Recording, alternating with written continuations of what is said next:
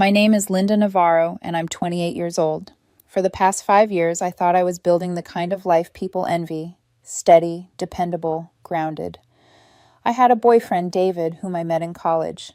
Back then, he was charming in a quiet, bookish way. We studied late nights at the library, shared ramen dinners when our wallets were thin, and promised each other that one day we'd live without worrying about overdue bills or cafeteria food. That one day came. We moved into a one-bedroom apartment on the east side of the city. It wasn't big, but it had tall windows and creaky wooden floors that made it feel alive. I poured myself into making it ours, painting walls, thrifting mismatched furniture, filling shelves with novels I had read and sketchbooks I still hoped to finish. David used to call it our little sanctuary. He'd say, "Linda, this place is proof we can build something together." I believed him. Every corner of that apartment was a memory: late-night movie marathons, burnt pancakes on lazy Sundays, plants that thrived under his careful watering but died in my care. It was all stitched together with love, or at least what I thought was love. I'm a graphic designer. I work hard, but I love what I do. David worked as a content creator, chasing bigger dreams of building his own brand. He was ambitious, restless, as always looking for the next leap. I thought I was his anchor, steadying him when his plans spun too far. The last few months, though, something shifted. He was glued to his phone at odd hours, his laughter hushed and private. Sometimes I'd walk into the room and his fingers would dart to lock the screen, as if his world no longer had space for me. When I'd ask what was so funny, he'd brush me off with a smirk. "You wouldn't get it." That phrase hit harder than he knew. Slowly, I stopped feeling like his partner, and more like a piece of furniture in my own home, useful, quiet, but unseen. I convinced myself it was stress. He was planning some new venture, or maybe he was overwhelmed by work.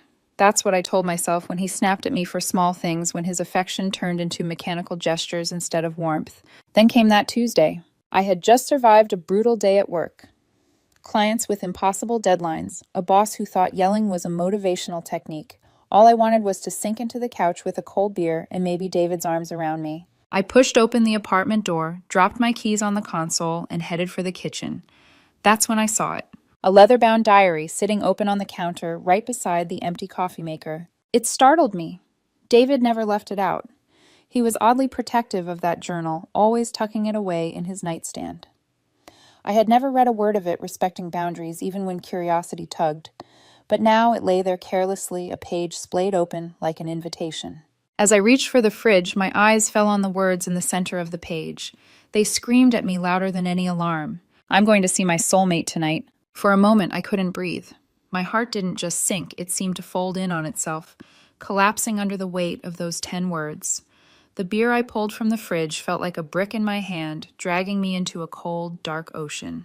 My eyes scanned downward, and though the words blurred, they pierced me all the same. Linda is fine. Predictable. She's stable, safe. But she's so small. She thinks too little dreams too little. I need more. Julia is different. She makes me feel alive. She believes in my ambition. Linda just wants quiet nights, a house with a garden, a boring life. Julia is my soulmate. I know it. Small. Boring. Words David had never said to my face, but wrote down as if branding me with them.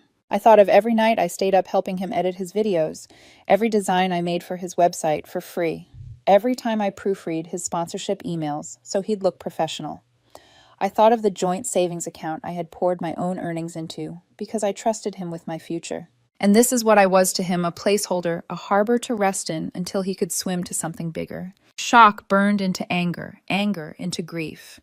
But then, strangely, a calm settled over me. It wasn't peace. It was finality, cold and sharp. There was nothing left to fight for. His decision had been made long before I saw those words. He had already left me in his heart. I placed the beer back in the fridge, my hands steady as if they belonged to someone else. I walked to the bedroom, pulled out my small duffel bag, and began to pack essentials. Toothbrush, a change of clothes, my laptop. Only what was mine. None of the sweaters he bought me, none of the trinkets tied to our shared life. I closed his diary, slid it into my bag. My last act of honesty was a yellow post-it note pressed against the coffee maker. 3 words. I know. I glanced once at the apartment, our couch, our bookshelves, the life we had built. know the life I had built while he dreamt of someone else. Then I opened the door, stepped into the night air, and walked away. Not once did I look back. For the first time in 5 years, I had no idea where I was going. But I knew one thing: wherever it was, it had to be somewhere without him. The city blurred past my car window as I drove aimlessly through the night. I didn't have a destination, only a need to keep moving. Every traffic light felt like a test stop. Breathe and risk thinking too much, or keep going and let the hum of the tires drown it all out. My phone lit up on this passenger seat. The name glowing on the screen made my stomach knot. David. I stared at it as it rang once, twice. My hand trembled, not with longing, but with the weight of a decision. Answering meant stepping back into the fire I'd just escaped. Letting it ring meant silence, but also unfinished business. On the third ring, I picked up. Linda. What the hell is this? His voice was sharp, panicked. Where are you? I let out a slow breath. I'm out. What do you mean out? You can't just leave. Are you trying to scare me?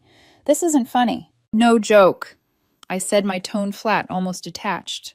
I found your diary, David. You left it open on the counter. Silence, heavy, suffocating silence. I could hear him breathing, quick and uneven. I pictured him in our kitchen, staring at the post-it on the coffee maker, his mind racing through excuses. Finally, his voice returned, sharper now, tinged with indignation. You invaded my privacy. That was private, Linda. How could you do that? I almost laughed. The absurdity stung more than the betrayal. Invaded your privacy. You wrote that you were going to see your soulmate tonight. You wrote that I'm small, boring, just a safe bet. And you're mad, I found out. You don't understand, he stammered, his panic slipping into desperation. It's not what it looks like. Not what it looks like, I repeated softly, tasting the bitter irony. Then explain it to me. Explain how calling another woman your soulmate is anything other than betrayal. His voice faltered. Then came the backpedal, shaky but practiced. It was just fantasy writing, a way to process my feelings. You know I'm under pressure, always chasing something bigger. I was confused, that's all. Julia means nothing. She's just someone who makes you feel alive, I cut him off. The words dripped with sarcasm, yet my tone remained eerily calm. Too calm. You wrote it, David. Those weren't slips of the tongue. They were thoughts you carved into paper because they were too heavy to carry. Linda, you're twisting this. I never said I was leaving you. I was just exploring feelings. You don't get how hard it is for me, always wanting more in you. And me, what I snapped, the first crack in my composure. My grip tightened on the steering wheel. And me, being steady. Predictable. Making sure rent got paid. Proofreading your sponsorship deals until 2 a.m. That's what makes me small to you. His voice dropped low, pleading now. I didn't mean it like that. You've always been there for me. I was just lost. I didn't know how to tell you I needed excitement. I don't want to lose you. A bitter laugh escaped me. You lost me months ago, David. You just didn't notice. The words hung in the air. My calmness unnerved him. I could feel it through the silence, like he expected screaming, sobbing, anything but this measured detachment. Linda, don't do this, he whispered. We can fix it. Please, don't throw away 5 years. I stared at the road ahead, the city lights blurring like tears I refused to shed. I'm not throwing anything away. You already did. I'm just the one picking up the pieces. Linda, his voice cracked, desperation leaking through. No. My tone turned to steel. I don't owe you this conversation. You made your choice when you wrote those words. The woman you called small and boring, she's gone. You don't get her back. Before he could reply, I ended the call. The silence that followed wasn't empty. It was powerful. For the first time in years, my world wasn't tethered to his voice. As I drove deeper into the night, I realized something chilling, yet liberating. A part of me had died in that apartment. The version of Linda who clung to David, who believed love meant being his anchor, had vanished.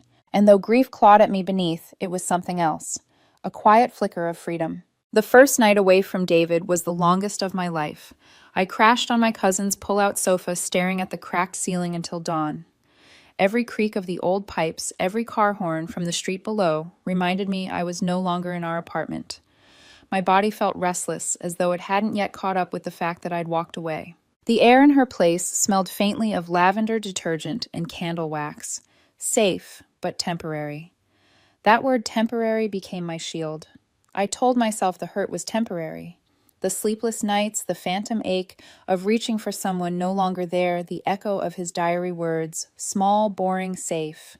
They haunted me, but only for now. Daylight forced me to move. I threw myself into work, staying longer at the office so exhaustion might dull the grief. At night, when my cousin made tea and asked gentle questions, I offered short answers. I'm fine. Just tired. Lies disguised as coping. But when she went to bed, I'd sit alone with my laptop, scrolling through old photos I hadn't deleted yet. David and me at the farmer's market, arms full of flowers. David holding up his first big sponsorship check. David asleep on the couch, his head in my lap. Memories that once felt warm now looked staged, like I had been cast as the background in someone else's story. I tried to erase him piece by piece, deleted his number, blocked his socials, packed the few items I had taken from the apartment into a small box and shoved it under the bed. But grief has a way of finding cracks to slip through. Some nights I'd wake up reaching for my phone, half expecting his goodnight text, only to remember the truth. Still slowly a rhythm formed. Morning coffee at my cousin's tiny kitchen table. Long hours at the office. Sketching during lunch break, something I hadn't done in years. Cooking simple meals for myself. At first it all felt hollow, but somewhere between the silence and the small routines, I caught flickers of peace I hadn't realized I'd lost. Weeks passed. Then, out of nowhere, a message from Clara, a mutual friend who had been in David's orbit as long as I had. Linda, can you believe what happened with David and Julia? My heart stuttered. Julia. The name inked into his diary. His supposed soulmate.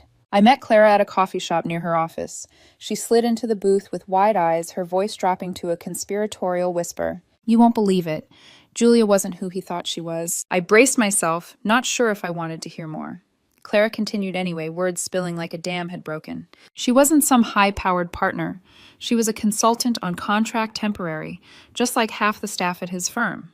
She strung him along, told him she could help him level up his business. Meanwhile, she was stealing client contacts right from under his nose. The firm found out, fired him on the spot, and blacklisted her. And then get this, she ghosted him, completely disappeared. He lost everything. Job, reputation, even some friends who cut him off when the truth came out. I sat there stunned. The bitter taste of irony filled my mouth.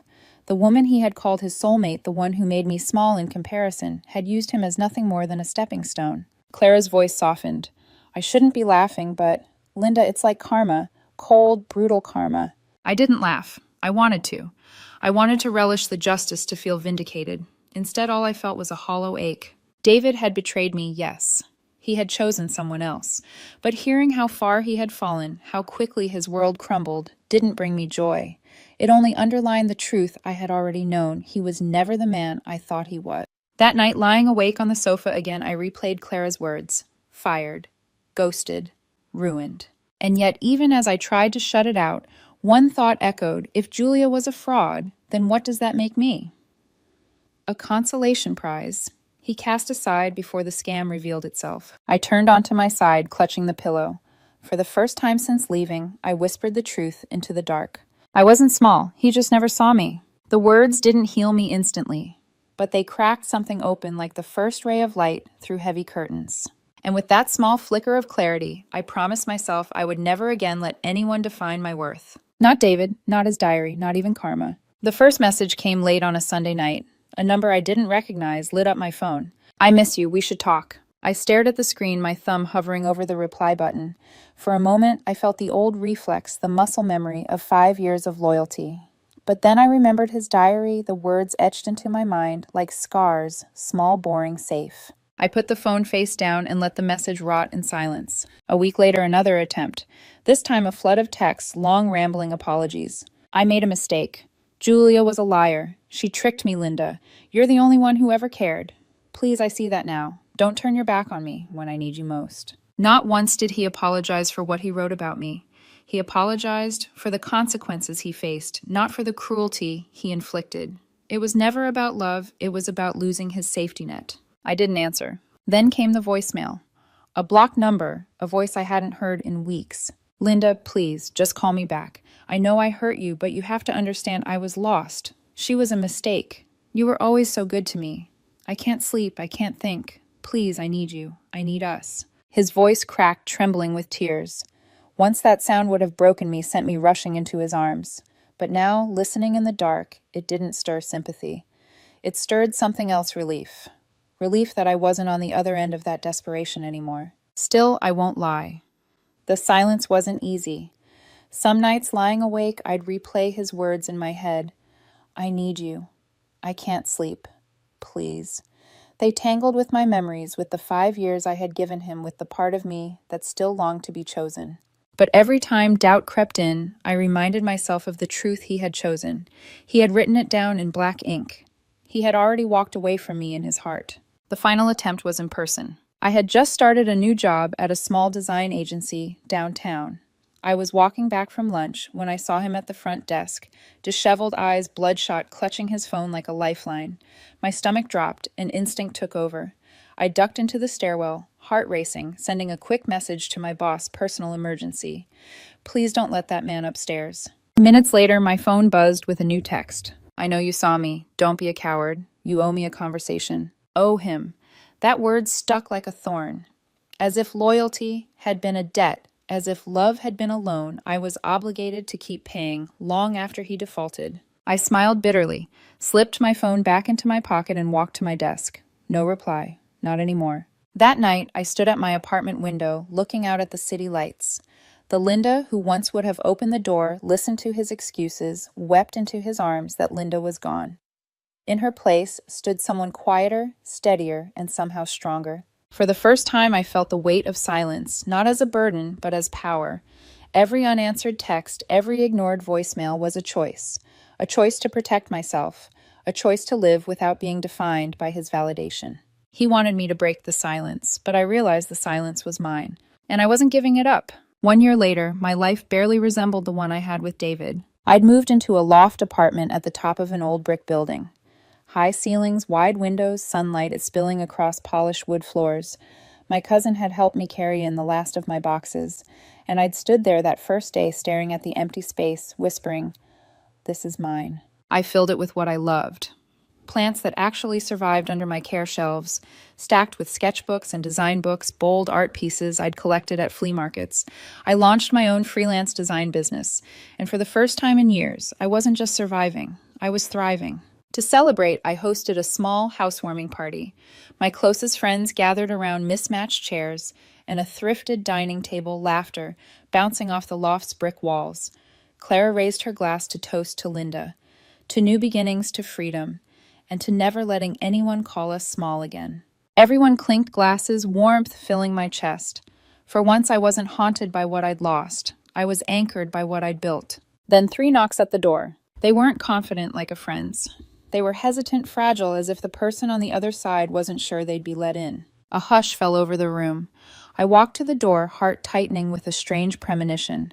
When I opened it, the sight stole the breath from my lungs. David! But not the David I remembered.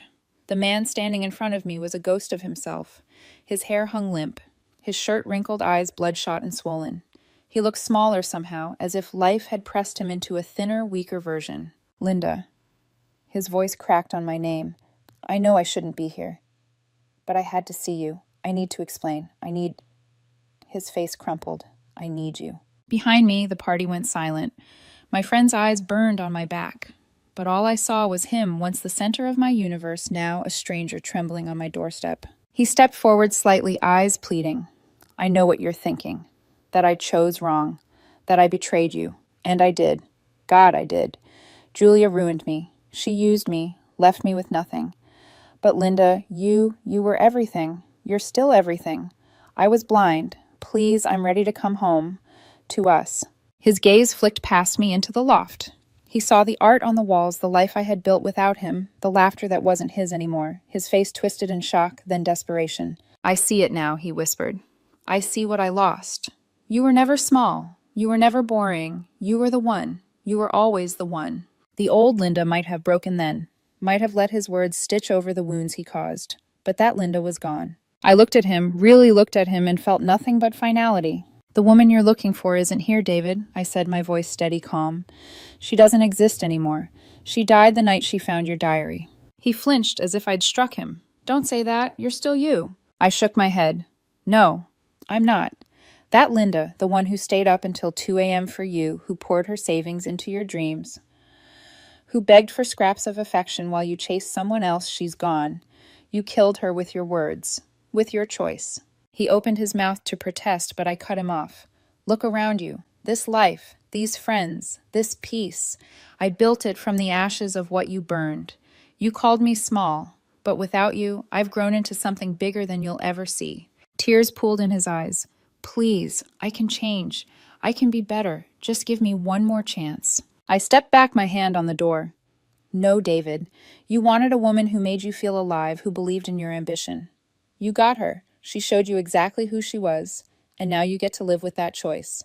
That's your lesson, not mine. He stared at me broken, realizing the reversal of power. The man who once dismissed me as a placeholder now stood as the unwanted guest on the other side of a door he would never cross again. I didn't yell. I didn't cry. I simply closed the door. The sound echoed through the loft like a full stop at the end of a sentence I had been writing for over a year. I turned back to my friends. Clara's eyes glistened. My cousin gave me a small nod. And as I raised my glass once more, a smile tugged at my lips. I was not small. I was not boring. I was free.